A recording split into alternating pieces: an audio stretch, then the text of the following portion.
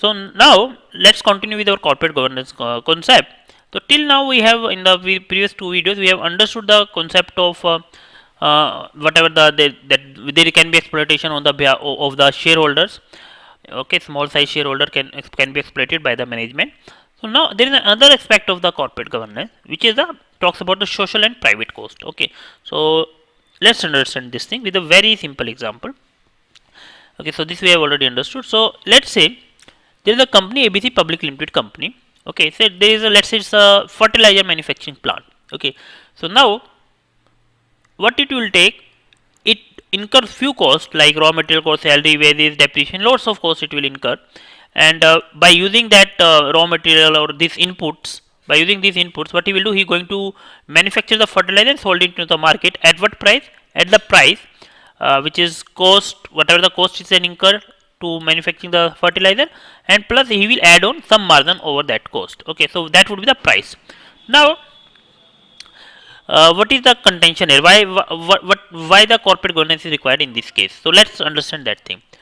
Now this cost is basically your private cost. Now what is happening here? This company is also producing pollution.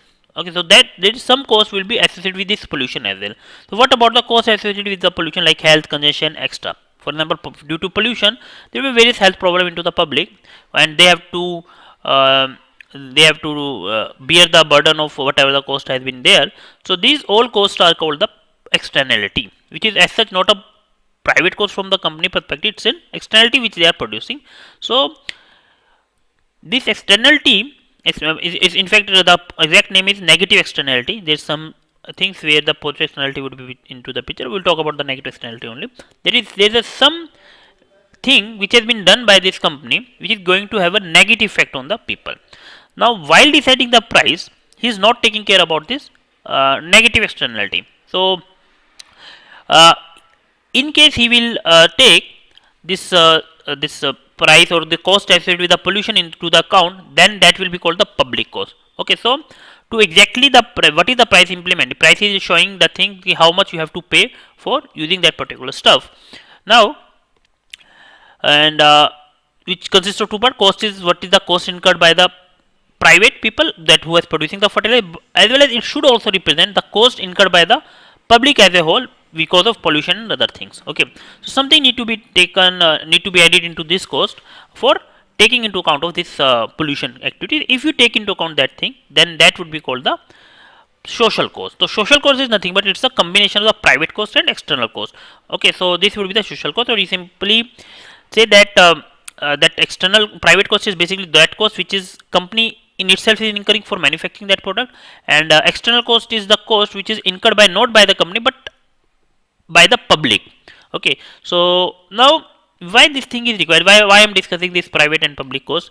Because how much demand for a particular product, that will depend upon the price of that particular product. Okay, so it may happen and generally happen, if you take into account only the private cost, then you may take a very bad decision. Okay, so I will explain it in a very simple term. Okay, with that you can extrapolate that thing on the various other things. Let's say there is a, let's talk about you only. That is there are two city A and B, and you want to go from city A to B. Okay, so now how you will take the decision? Well, how you should go from through what mechanism you should go from A to B? There is a two option with you. Either you can go by the bus. Okay, either you can go by the bus, or you can go by your private owned vehicle. Okay, there is a two way through which you can go from A to B. Now when you are deciding whether you should go via bus or via public transport or via car, you will take into account the cost associated with you. Okay, the cost which you have to incur. So now how you will take the decision? You will take the decision how much fuel cost would be there in case of a bus, and in case of how much fuel cost would be there in case of you take your own car, vis-a-vis how much you have to pay to take a public transport, and that cost you will compare with your comfort. Okay, how much comfort you will get in case of you are taking a private vehicle, and how much comfort you will get and you are going for the public vehicle. These are the two way generally will decide our whether we should go by car or whether we should go by the public transport. Now here what you are taking, that is you are taking only the, when you are talking about the fuel cost, you are talking about only the private cost which is associated with you. But this is for a society as a whole, whether it's a good decision or not a good decision, then we have to talk about the cost associated with the society as a whole, or benefit to the society as a whole. So if we talk about the positive and negative by going for by the bus, positive would be the less pollution, would be less congestion, less costly.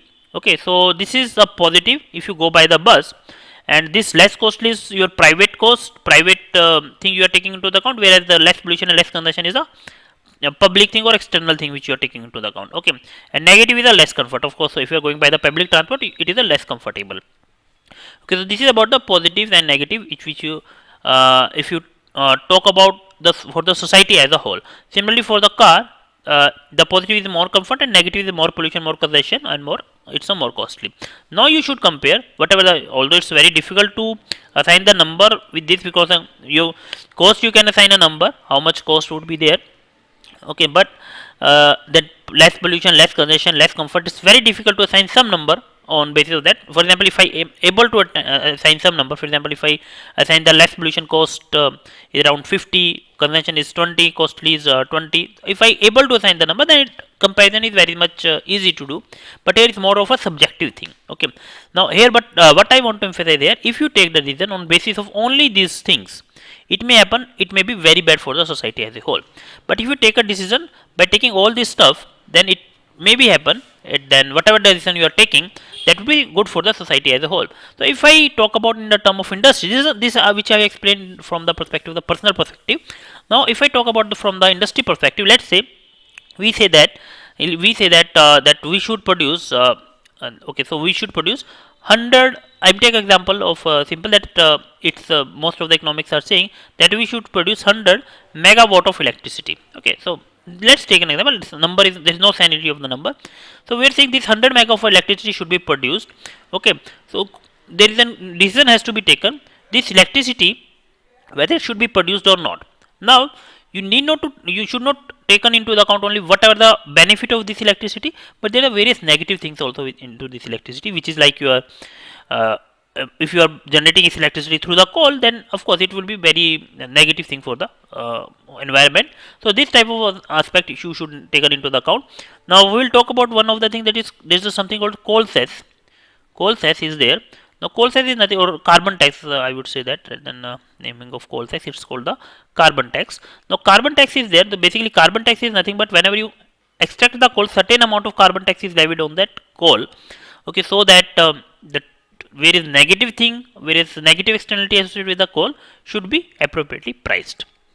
Okay, so now in the corporate governance, why this concept is important? One aspect of corporate governance we have understood, where there is an investor shareholder and the interest of the shareholder should be taken into account. This is one aspect of the corporate governance. Another aspect of the corporate governance is this negative externality should also be taken into the account. Okay, so now if I talk about the corporate governance, it's not only talking about the investors only, it talks about all of the stakeholders. Okay, what are the various stakeholders into the firm? These are the various stakeholders into the firm. Now what the corporate governance says, okay, major emphasis is that we should work into the interest of the investor. Now banker is also stakeholder into the firm. So banker and firm relationship should be so that they should not go against the interest of the bankers, and interest of banker is nothing but interest of the depositor who have deposited into their money into the bank. Now similarly firms and management should work in so that in the interest of the investor and other things. So these are the various stakeholders into the firm. Now all stakeholder interest needs to be taken into the account. Now what is the thing here? There is bankers, management, employees, raw material, government.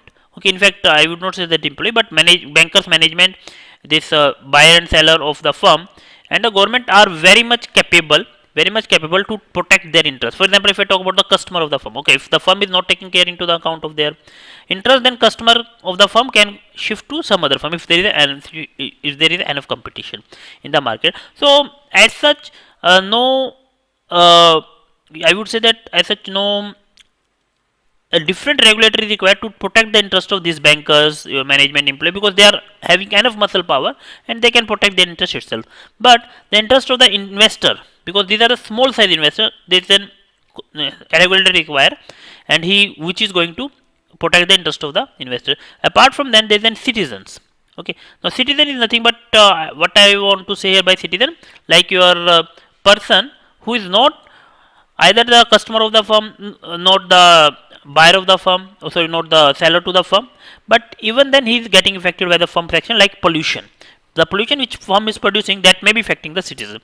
So their interest has to be taken on to the account. They also cannot protect their interest because because that's it. One thing you should remember, if there is large number of people is getting affected by something, so individual, it's very less than that individual person take the step against that action. Okay, if his muscle power, if he don't possess enough muscle power, and you can easily understand that if you compare most of the firm with the citizen, the firm is having more muscle power than the citizen. That's why you require some mechanism to protect the interest of the citizen. And corporate governance is nothing about to protecting the interest of these stakeholders. Okay, we will talk about in detail in the corporate governance in our upcoming videos.